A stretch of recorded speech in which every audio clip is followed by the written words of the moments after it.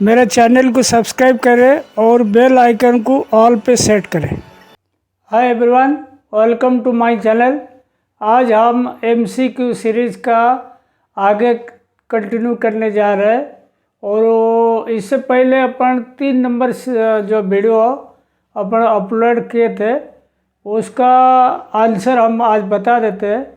उसमें लास्ट वाला जो क्वेश्चन था, अपना जो शेड वेरिएशन का प्रॉब्लम आता है, ब्लो रूम का कौन सा मशीन इसको अपन को करेक्ट करके देता है। तो उसमें जो 4 ऑप्शन है उसमें जो सही आंसर रहेगा यूनिमिक्स रहेगा। यूनिमिक्स को अपन मिक्सचर भी बोलते हैं, मतलब मटेरियल जो होता है, देखिए ऐसे वो लेयर वाइज ऐसे भरता है। जैसे चेम्बर है ना, 8 चेम्बर 6 चेम्बर रहता है, ऐसे एक एक चेम्बर है, ठीक है। वो चेम्बर वाइज भरता है, ऐसे ऐसे एक भर गया, फिर दूसरा भरेगा, फिर तीसरा भरेगा, ऐसे करके भरेगा। और जब चलेगा तो काट काट के लेगा, पूरा हर लेयर से काट काट के लेगा भरने के बाद, मतलब होमोजेनियस मिक्सचर हो जाता है। फाइबर में थोड़ा बहुत अंतर रहता है, इसको पूरा बढ़िया मिक्सचर बना देता है। तो उसका सटीक आंसर, जो सही आंसर रहेगा, यूनिमिक्स रहेगा। आप ध्यान रखिए, ये अपना एमसीक्यू थर्ड का ये आंसर रहेगा यूनिमिक्स, ठीक है। और आज अपन एमसीक्यू 4 जो बना रहे हैं उसका भी हम लास्ट वाला क्वेश्चन छोड़ेंगे आप लोग के लिए। उसमें थोड़ा आपका इंटरेस्ट बढ़ेगा, आप लोग भी कमेंट करेंगे तो हमको भी अच्छा लगेगा, तो एक कंपटीशन जैसा माहौल बन जाएगा। अभी एमसीक्यू 4 जो होता है स्पेशली ब्लोरूम और कार्डिंग का होगा। हो सकता है 4 नंबर में पूरा नहीं होगा, ब्लोरूम कार्डिंग का 5 भी हो सकता है। तो सबसे पहले देखिए, lab CV% controlled by. Lab का जो CV% था, अपना लैब के अंदर जो मतलब ग्राम पर मीटर का जो वेरिएशन रहता है, वो वेरिएशन जो होता है क्यों होता है और कौन इसको कंट्रोल करता है। उसमें देखिए, एक हॉपर फीडर है जिसमें अपन माल डालते हैं, और एक पियानो फीड है, एक सीरीज अब लीवर रहता है। जब मटेरियल फीड रोल के ऊपर आता है तो वो लीवर होता है, तो मटेरियल के हिसाब से अप डाउन होता है। जैसे पियानो बजाते हैं ना, ऐसे ही अप डाउन होकर इसको यूनिफॉर्मली फीड करता है। और पियानो फीड वो मतलब सीरीज ऑफ लीवर्स, और वो पेडल जैसा रहता है। मटेरियल जैसे आएगा वो ऑपरेट होता रहेगा, उसी हिसाब से मटेरियल बिल्कुल स्मूथली जाएगा। और पियानो फीड जहाँ पे काम नहीं करता वहाँ यूनिफॉर्म मटेरियल जाता नहीं, और वो लैब मतलब प्रॉब्लम जाता है CV में। और CV जब खराब होता है लैब का, कार्डिंग का CV% डिस्टर्ब हो जाएगा। Ultimately drawing, simplex, ring frame सबका ही CV% खराब हो जाएगा, जो काउंट CV बोलते हैं। तो उसके बाद देखो, इब्नर रोलर है, केज है। इब्नर रोलर जो होता है इंक्लाइन लैटिस के आगे की साइड रहता है, वो बड़ा बड़ा बंच तोड़ के फेंक देता है। वो मतलब मटेरियल जो बड़ा बंच को छोटा करता है और कुछ नहीं। केज क्या होता है, हवा के माध्यम में डस्ट पार्टिकल, शॉर्ट फाइबर हटा देता है। तो इसका जो सही आंसर होता है पियानो फीड होता है, ठीक है। इसमें अपना लैब CV कंट्रोल हो जाता है। Cell roller RPM increased by. Cell roller जो होता है, जो अपना ब्लोरूम का स्ट्रक्चर का जो सबसे आगे वाला रोल जो रहता है, सेल रोलर, जिसका ऊपर मतलब लैब बन के बाहर आता है। तो सेल रोलर जो होता है, वो cell roller RPM increase by किसका थ्रू इंक्रीज होता है, गियर चेंज, प्रेशर बढ़ाने से या घटाने से, gear motor speed increase. Gear motor जो होता है यूनिमिक्स का पास होता है, जहाँ पे फीडिंग होता है ना, वहाँ गियर मोटर का स्पीड अपन कम ज़्यादा कर सकते हैं। तो नॉन ऑफ दीज, ये 3 कारण कोई भी नहीं। ऐसा नहीं है, जब सेल रोलर RPM बढ़ाने के लिए अपन को एक गियर रहता है, गियर चेंज करते हैं तो प्रोडक्शन ऑयल उसका चेंज हो जाएगा, सेल रोलर का RPM बढ़ जाएगा और प्रोडक्शन बढ़ जाएगा। गियर चेंज के माध्यम से होता है। Lap leaking avoided by feed uniformly, मतलब मटेरियल बराबर डालते रहो लैटिस पे। बाईपास बीटर, बीटर कोई आपको अनवांटेड बीटर है बाईपास कर दो। लैप लीकिंग कवर करता है क्या? Set calender roll pressure, calender roll का जो प्रेशर मतलब कितना प्रेशर में होना चाहिए था, दब के रहना चाहिए, उसके कारण है क्या? वो पुटिंग रोबिंग। ये देखो ये पूरा ये जो चीज़ दिया मैंने, ये सारी चीज़ थोड़ा थोड़ा इन्वॉल्व होता है। लेकिन लैप लीकिंग जब होता है कभी कभी देखना कार्डिंग में आधा आधा लैप फेंकना पड़ता है, लैप लीकिंग होता है। तो इसको अवॉइड करने के लिए हम क्या करते, देखो ये वाला सिस्टम अपनाते हैं अपन, काफ़ी सही हो जाता है। जैसे ये समझ लो लैप रोल है, लैप है, ये एग्जाम्पल है, लैप है। क्या करते हैं देखो, ये जब सेल रोलर के ऊपर ये चलता है ना, और ऊपर से होल्डर से रोबिंग दे देते हैं। रोबिंग उसका हर लेयर में ऐसे ऐसे हर लेयर में इसको बांध के रखता है। ऐसे 5-6 जगह रोबिंग दे देते, पॉइंट दे देते। ऊपर होल्डर लगा रहता है, रिम फ्रेम का जो बॉबिन होल्डर वहाँ लटका के रखते हैं। और कोशिश करते हैं अपन सेम कलर का रोबिंग ऊपर लटका के इसको लैप के ऊपर हर राउंड अपन इसको छोड़ देंगे, तो वो हर राउंड में रोबिंग उस पर लपट के आता रहेगा, लपट के आता रहेगा। तो जब वो कार्डिंग में अपन पीछे लगा देंगे लैप, वो बराबर खुलता जाएगा, कोई दिक्कत नहीं जाएगा। तो ये पुटिंग रोबिंग एंड स्केचर मतलब लैप रोल के ऊपर डालने से, रोबिंग हर लेयर में लपेटने से वो अपना कवर हो जाता है। Major reason for beater jam, beater jam का सबसे अहम मतलब ये क्या है, कारण क्या है, मतलब मेजर कारण क्या है बीटर जाम? देखो लो बीटर स्पीड, बीटर स्पीड कम होने से जाम होता है क्या? हाई बीटर स्पीड कभी बढ़ा दिया जाम होता है क्या? टू मच वेस्ट एडेड का मतलब जो सॉफ्टवेयर होता है बहुत ज़्यादा डाल दिया जाता है तो। और चौथा पॉइंट वेट मटेरियल। देखो एक चीज़ आपको बता दूँ, ये जो मैं कारण लिखा ना, ये हर चीज़ का रोल रहता है अपना, लेकिन क्या बोलते हैं मेजर रोल किसका है? आपके अगर बीटर स्पीड कम होगा जाम हो सकता है, ज़्यादा होगा भी जाम हो सकता है। सॉफ्टवेयर बहुत ज़्यादा डाल दिया तब भी जाम हो सकता है, उस कारण सही है। लेकिन असली कारण जो होता है ये होता है वेट मटेरियल। मटेरियल का अगर नमी ज़्यादा है, नमी मतलब गीलापन है, जैसे आपके तेल पानी किया और इमीडिएट चला दिया, माल गीला था, तो गीला रहने के कारण ज़्यादा ये होता है मटेरियल मतलब बीटर जाम होता है। ये भी सब कारण है, लेकिन इसका इतना रोल नहीं जितना इसका है, ठीक है। और इसीलिए आप कंफ्यूज नहीं होना, जो आंसर बताया जाता है अपन सारी चीज़ स्टडी करके बताया गया है।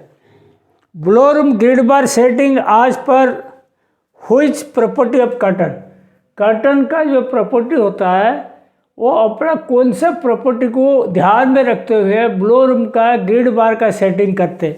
जैसे ब्लोरूम का ऐसे बीटर होता है ना, देखो बीटर होता है, ये नीचे की साइड ग्रिड बार रहता है, मतलब ये एंगल जैसा ऐसे ही काटा हुआ रहता है, ठीक है। इसका अंदर जो गैप होता है वो गैप के अंदर अपना ट्रास गिरता है। गैप कोई 1 रखता है, कोई 2 रखता है, कोई 3, कोई 4। जितना ट्रेसी कटन है उतना ओपन रहेगा। 4 मतलब ओपन, 1 मतलब क्लोज, ये हो गया मीडियम। तो जितना ट्रेसी कटन उतना ओपन रहेगा। तो ग्रिड बार सेटिंग आज पर हुईज प्रॉपर्टी ऑफ कटन। अभी देखो माई कैप कटन से कोई लेना देना नहीं, ग्रिड बार क्या रखना। शर्ट फाइबर से भी कोई लेना देना नहीं है। ट्रांस परसेंटेज और लेंथ ऑफ कटन, ये चारों पॉइंट में से ये वाला पॉइंट जो है ट्रांस ऑफ कटन, जो ट्रांस अगर ज़्यादा रहेगा ग्रिड बार ओपन करना पड़ेगा, ट्रांस कम रहेगा ग्रिड बार कम करना पड़ेगा। तो ये है मेजर कारण। Pin type beater used for, जो एक बीटर होता है ना, बीटर का कोई कोई रहता है जैसे लिक्रिन जैसा वेयर वाला बीटर रहता है, कोई जैसे जो कांटा जैसा नेल टाइप का रहता है, इसको अपन पिन टाइप बीटर बोलते हैं। पिन टाइप बीटर होता है मतलब देखो, ये जैसे बीटर का बॉडी है, ठीक है, इसका अंदर जैसे कांटा जैसा ऐसे,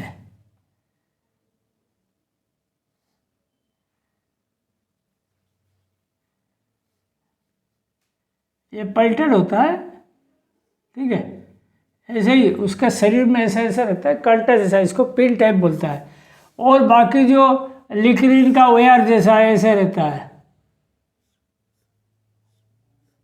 ये माउंटिंग होकर रहता है, तो वो वेयर टाइप का होता है।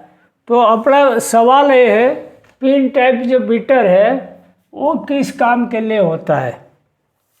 Pin type beater use for trashy cotton, manmade fibre, long staple cotton, jute.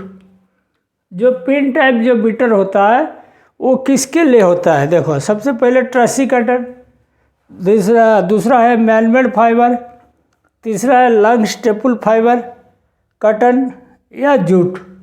इसमें देखिए पिन टाइप बीटर जो होता है मैनमेड फाइबर के लिए होता है, क्योंकि मैनमेड फाइबर में क्या होता है, ज़्यादा इसको ओपन करना ज़रूरत नहीं, उसमें कोई कचरा रहता नहीं, इसको खाली जैसे थोड़ा पैरेलल करने के लिए फाइबर को, तो इसको थोड़ा एक बार मतलब पिन टाइप बीटर में चला देते तो हो जाता है। इसमें कोई ट्रास वगैरह निकलता नहीं।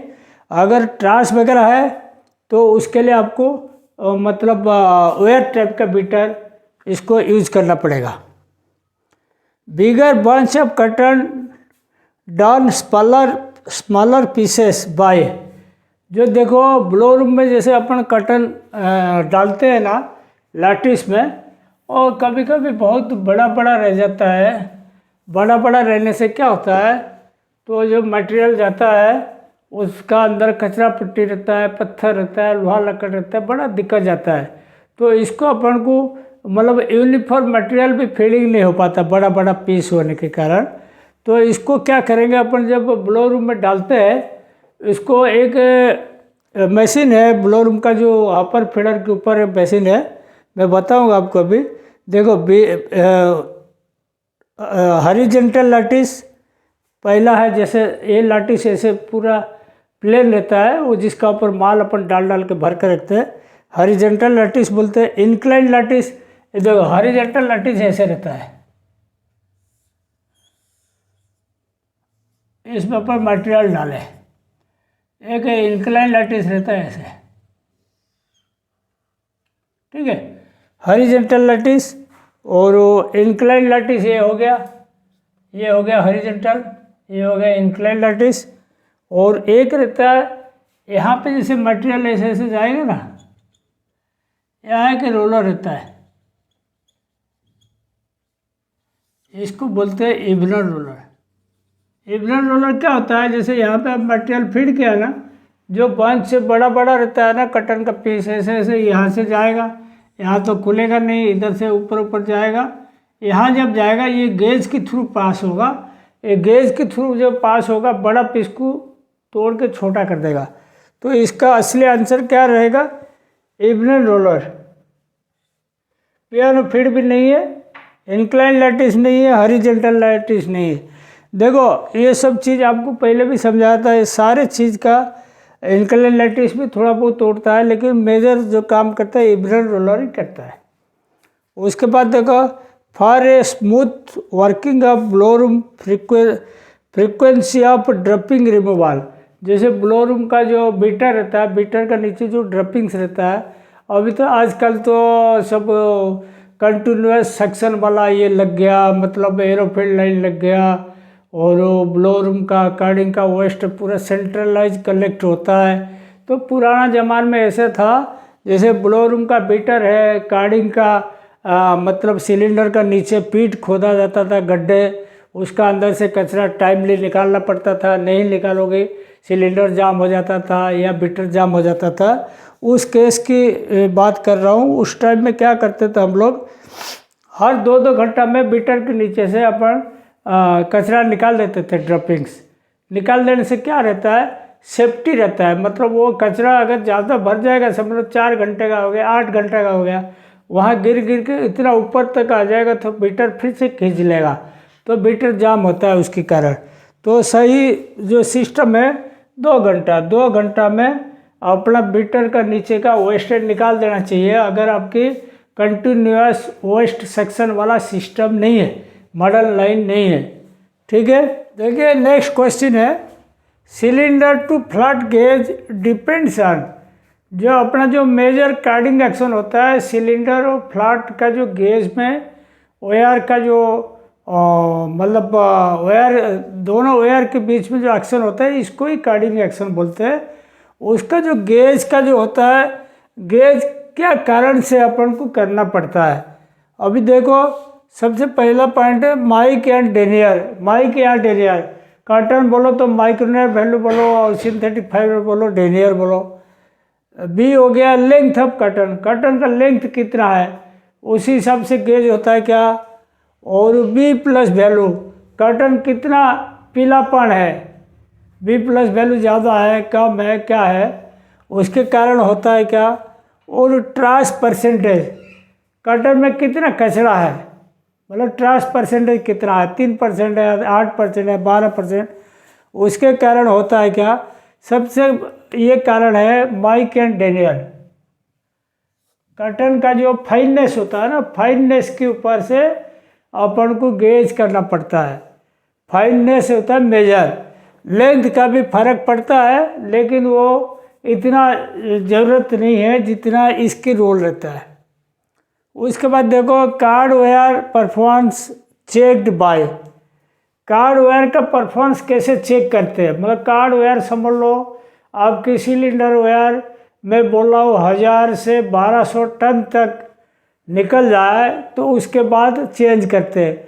समझ लो कोर्स काउंट चलाते तो 2.5-3 साल में चेंज हो जाता है, फाइन काउंट चला तो 4-5 साल तक चला जाता है। लेकिन आपने एक मशीन में 1.5 लाख रुपया का वेयर लगा, लेकिन आपने समझ लो 1200 टन ले ही लिया प्रोडक्शन, वो वेयर में 1200 टन ले लिया, लेकिन वो वेयर एक्चुअली क्या ख़राब हो गया, उसका क्या टाइम हो गया चेंज करने का, वो कैसे आप मालूम पड़ेगा। उसके लिए आपको कौन सा स्टडी करोगे आपको मालूम पड़ेगा।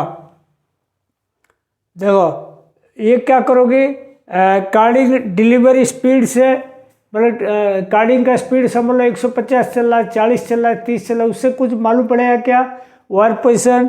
दूसरा नेप्स लेवल, नेप्स समझ लो ज़्यादा आ रहा है कम आ रहा है, उससे मालूम पड़ेगा क्या। ऊस्टर वैल्यू, ऊस्टर कितना आ रहा है कितना होना चाहिए उससे मालूम पड़ेगा नहीं। सबसे बढ़िया है एनआरई, नेप्स रिमूवल एफिशिएंसी, मतलब आप लोग कार्डिंग का फील्ड में समझ लो आपने मतलब 120 नेप्स आया, एग्जाम्पल बोल रहा हूँ, ठीक है, और इसको अपना जब निकला जो 45 नेप्स निकला एग्जाम्पल, तो वो जो नेप्स जो घट गया वो कितना % घटा, उसी को ही बोलते हैं एनआरई, नेप्स रिमूवल एफिशिएंसी। वो कार्डिंग का होता है जो अपना देखो 65 से 75, कोई कोई न्यू एयर होगा 80% तक भी एनआरई आता है। ठीक है, अगर आपकी समझ लो कार्डिंग का वेयर 1000-1200 टन दे दिया, फिर भी आपकी समझ लो 65-70% आ रहा है, तो मेरा हिसाब से चेंज करना ज़रूरत नहीं है। अगर 65 से नीचे आ गया, 60 आ गया, 55 आ गया, तब आप चेंज कर दो। तो इससे एनआरई से मालूम पड़ेगा। Major role for card loading, card loading जो होता है, कभी कभी देखना कार्ड के अंदर मटेरियल चलते चलते वो लोडिंग हो जाता है, मतलब एक जगह मतलब मटेरियल जमा हो जाता है, वो उसी को साफ करने में लग जाते हैं, 4-5 घंटे खाली चलता है, लोडिंग में सिलेंडर चलता रहता है, सब अर्गान चलता रहता है, बिजली का खपत होता है, बड़ा भयंकर प्रॉब्लम रहता है लोडिंग के कारण। वो कारण जो होता है देखो, सब स्टैंडर्ड फीड मटेरियल मटेरियल जो अपन डाले वो क्वालिटी बिल्कुल ख़राब था क्या, बिल्कुल बेकार माल था क्या, डैमेज्ड वायर कहीं कहीं उसका दब गया या डैमेज हो गया या कहीं निकल गया, कोई प्रॉब्लम है क्या। और मैक्सिमम स्पीड, ज़्यादा स्पीड होता है तभी लोडिंग हो जाता है, कभी कभी स्पीड कम कर देते। इम्प्रॉपर एंटी-स्टैटिक परसेंटेज, ये जो आपने कारण सब बताया, सबसे पहला कारण है ये है। मैं ये नहीं बोल रहा हूँ कि ये सब कारण बेकार है, सब स्टैंडर्ड फीड मटेरियल बिल्कुल रद्दी क्वालिटी होगा, ख़राब होगा, लोडिंग तो होता है लेकिन इतना मेजर नहीं होता है। डैमेज्ड वायर मतलब कोई कार्ड में कोई प्रॉब्लम होगा, वो थोड़ी देर के लिए लोडिंग हो जाना, वो भी मैनेजेबल है, सफाई करके फिर चालू कर दो। मैक्सिमम स्पीड भी ज़्यादा है, कभी कभी लोडिंग हो जाता है, इसको कभी कभी स्पीड कम कर दो, थोड़ा लोडिंग कम हो जाए। लेकिन मेजर प्रॉब्लम जो होता है इम्प्रॉपर एंटी-स्टैटिक परसेंटेज। समझ लो आपने मिक्सिंग में तेल पानी, एग्जाम्पल बोल रहा हूँ आपको, 0.3% LB40 डालना चाहिए था, तो आपने 0.3 की जगह 0.5 डाल दिया, या आपने जब स्प्रे किया बराबर स्प्रे नहीं करा, या कभी ठंडी का मौसम में ठंडी पानी से वो LB40 घोल के डाल दिया, गर्म पानी किया ही नहीं, तो ये सब कारण जो होता है इससे ज़्यादा लोडिंग का इफेक्ट पड़ता है। लोडिंग का जो कार्ड लोडिंग होना बहुत डेंजर होता है, उस कभी कभी पूरा खाता डिस्टर्ब हो जाता है, लोडिंग के कारण प्रोडक्शन जब नहीं आता ना, पूरा खाता डिस्टर्ब हो जाता है। Without any expenses, how to reduce neps in carding. Carding में बिना खर्चा किए कैसे आप नेप्स का लेवल कम करोगे। सबसे पहले देखो, take on full setting. Carding एक बार मशीन खुलवा के सेटिंग कर लो, फुल सेटिंग कर लो, कोई गेज वगैरह आउट होगा, कोई दिक्कत होगा तो। और दूसरा चीज़ ग्राइंडिंग, वायर पॉइंट उसका ग्राइंडिंग करवा दो, शार्पनिंग करा दो।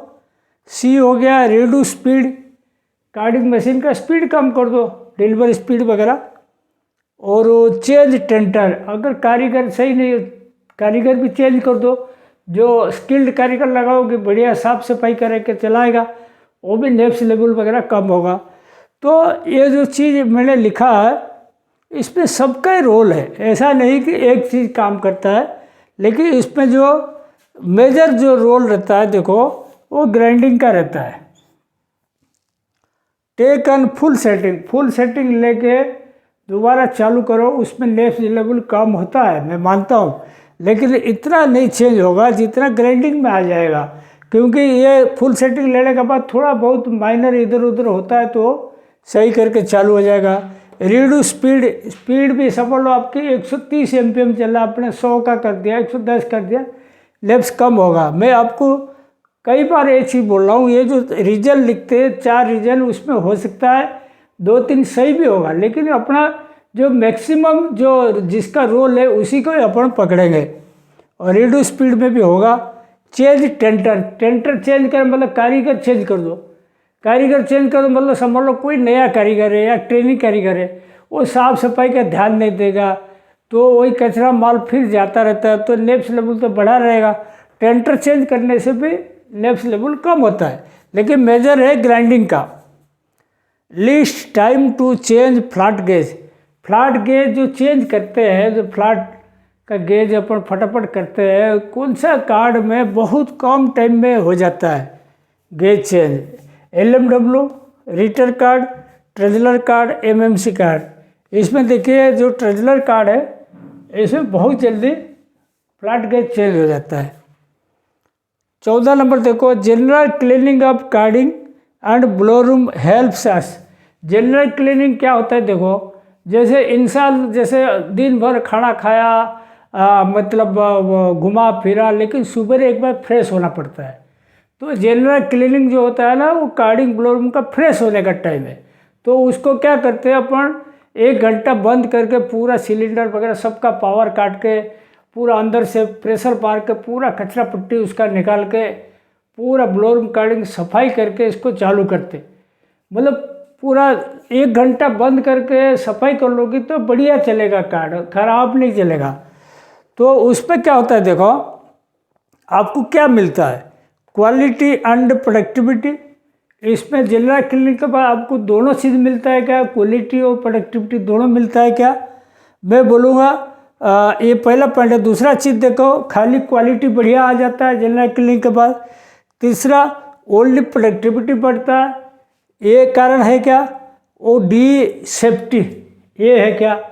देखो आपको फिर से बोल रहा हूँ, ये सारे कारण मतलब सही है, मैं ये नहीं बोल रहा हूँ कोई ख़राब है, लेकिन सबसे मेजर है ये क्वालिटी एंड प्रोडक्टिविटी।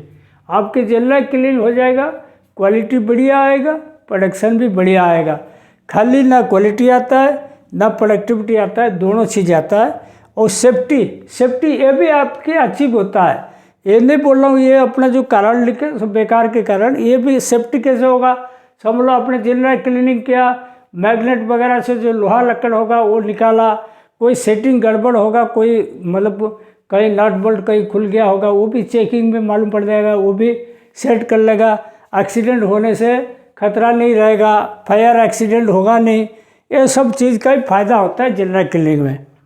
और 15वां क्वेश्चन देखो, number of beating points depends on. ये क्वेश्चन का आंसर मैं नहीं बताऊंगा, आप लोग को बतानी है।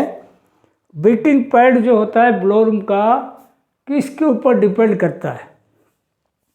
सही, सबसे पहले देखिए, कार्डेड धागा बनाओगे क्या, कोम्ड धागा बनाओगे क्या, ट्रांस परसेंटेज कितना है, माई कैप कटन। ये जो 4 कारण है, आप कार्डेड बनाओगे उसी हिसाब से बीटिंग पॉइंट रखोगे क्या, कोम्ड धागा बनाओगे उसी हिसाब से रखोगे क्या, या ट्रांस परसेंट कम ज़्यादा है उसी हिसाब से रखोगे क्या, या माई कैप कटन का फाइननेस पतला मोटा है उसके हिसाब से बीटिंग पॉइंट रखोगे क्या? ये क्वेश्चन का आंसर आप ज़रूर देना।